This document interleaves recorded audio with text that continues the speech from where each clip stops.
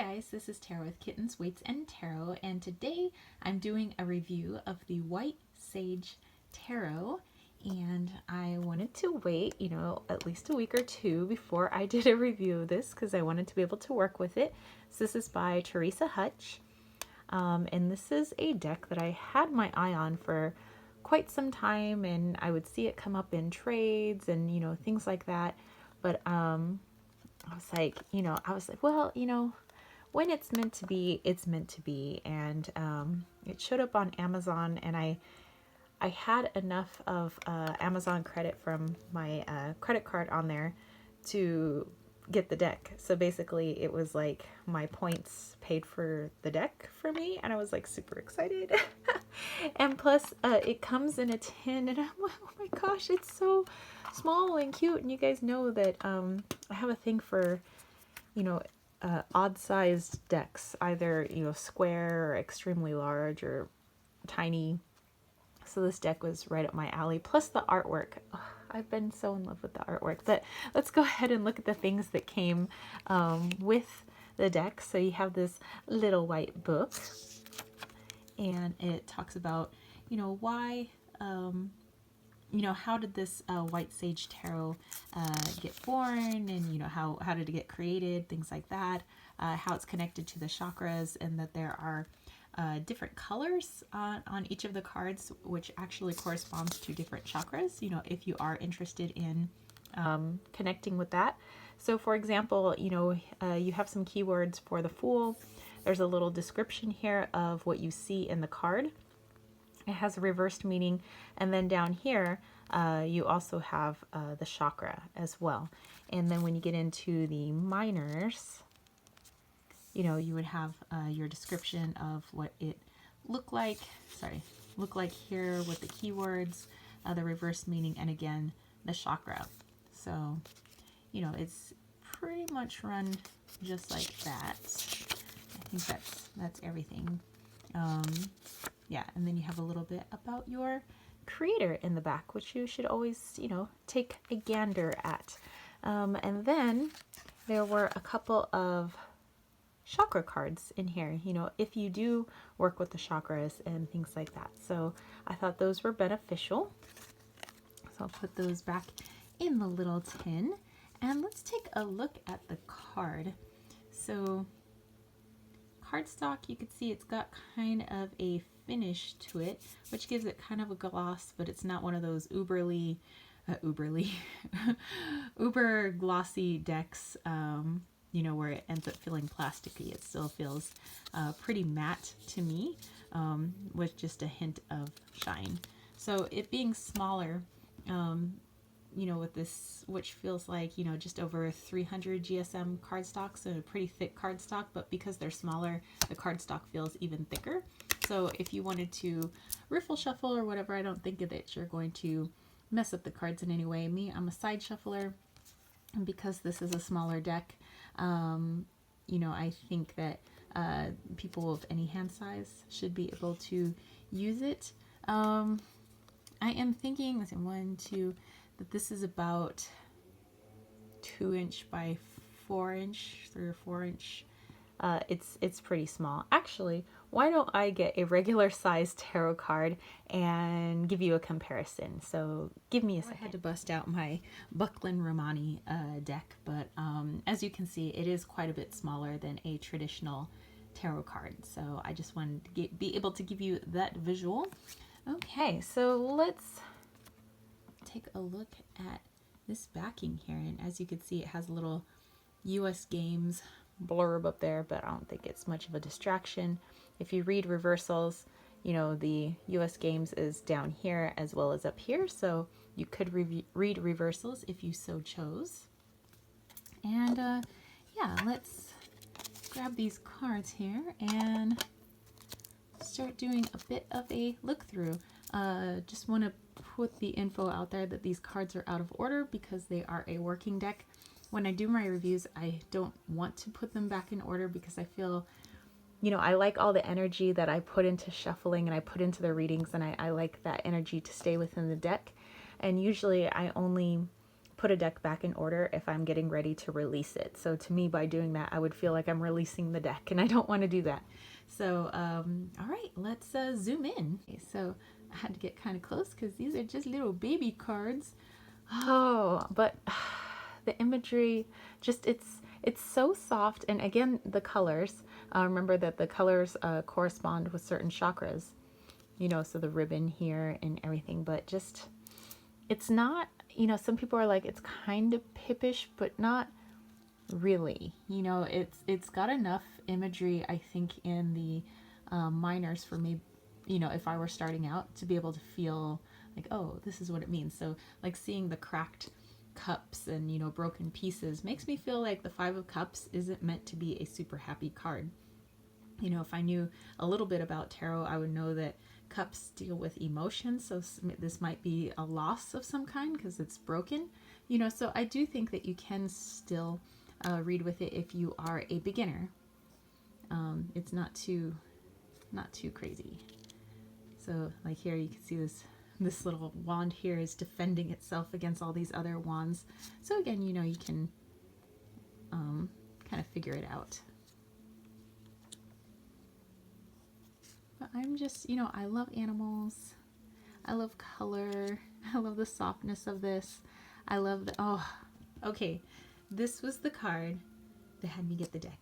Whenever there's a card with like otters in it or something like that, I'm all about that deck because I love animals, and otters mean something pretty special to me.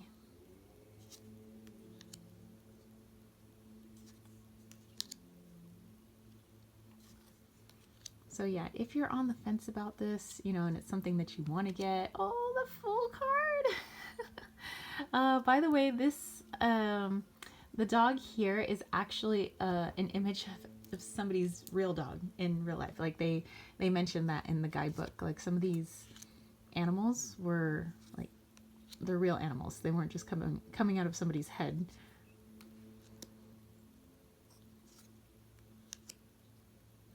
Oh my goodness. But yeah, so it's reasonably priced. Sloths. That's the other animal. If I see a sloth, I'm gonna get the deck probably. Sloths and otters, people. You know, but otherwise I like doing these reviews for, you know, people to see other people's artwork, to just kind of put beautiful art out there. I think what I love most about tarot is that, you know, because I love art so much and I'm a very, very visual person, I get 78 pieces, sometimes 79 pieces of somebody's art, you know, and I get to play with it. And that's something that I've been doing as a kid, you know, before I even knew what tarot and oracle were. You know, I used to have these giant old maid cards, and I used to try to read with them, you know, before I even knew what I was doing, just because I loved looking at the art in them. I loved the art of just cards. I loved looking through magazines and just looking at the colors, the lines, the beauty of things, not just the models, but how photographs were laid out, which is why I have a thing for photography. And I have like a little side hustle of my photography business for sports photography, and I do headshots for my fellow opera singers. So yeah, I got a lot of side hustles, people. But anyway, back to this deck. I've done several readings with it so far for myself and other people, even though I've only had it for about a week and a half or so. And everybody seems to enjoy the messages that come through. I enjoy the messages. I feel they're very supportive.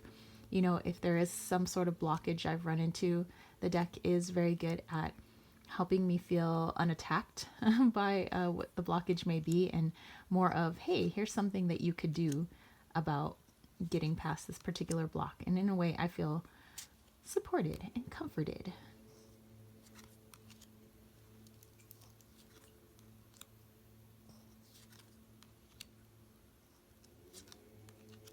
And plus the colors just really, I don't know, they hit my childhood self, you know, right in the heart. So I think this would be really good for like trauma, you know, childhood trauma. past hurts, you know, diving deep, you know, because it is a gentle enough deck. Oh, I love that High Priestess.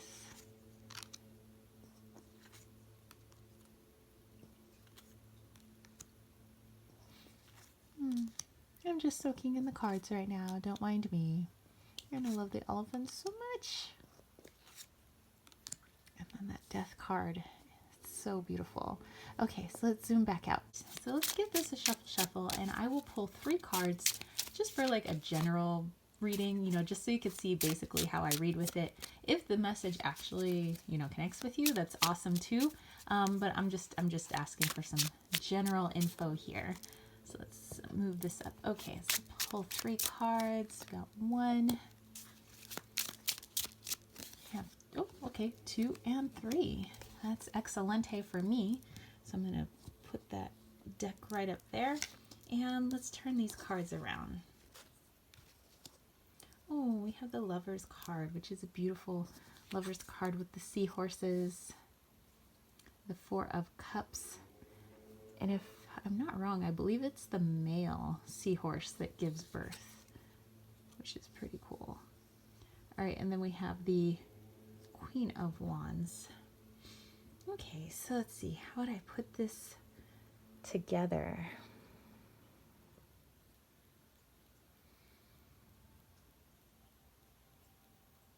Okay, so I'm just getting a feeling of the overall message is just gratitude.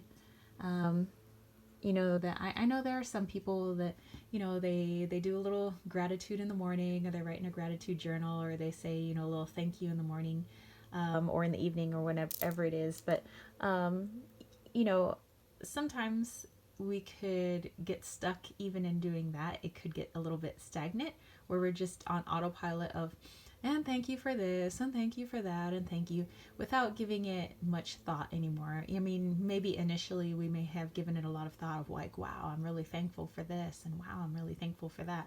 But I think it for many of us, I'm not saying all of us, I'm saying many, it may have just become part of your daily routine, part of the to-do list, instead of something that is something special that you take time out for, to really acknowledge the things that are a miracle, are beautiful in your life. So this is just a little message to kind of bring a little life back to your daily gratitudes, or your daily blessings, you know, whether that be in a journal, something you say verbally, or just something you say in your mind on your way to work or way home from work, or whenever you may do it, and just really feeling into everything that you say. Like if you say, I'm thankful for my significant other, or I'm thankful for the, you know, roof over my head, really feel into that thing that you say, and breathe into it, and just, you know, let that gratitude wash over your body.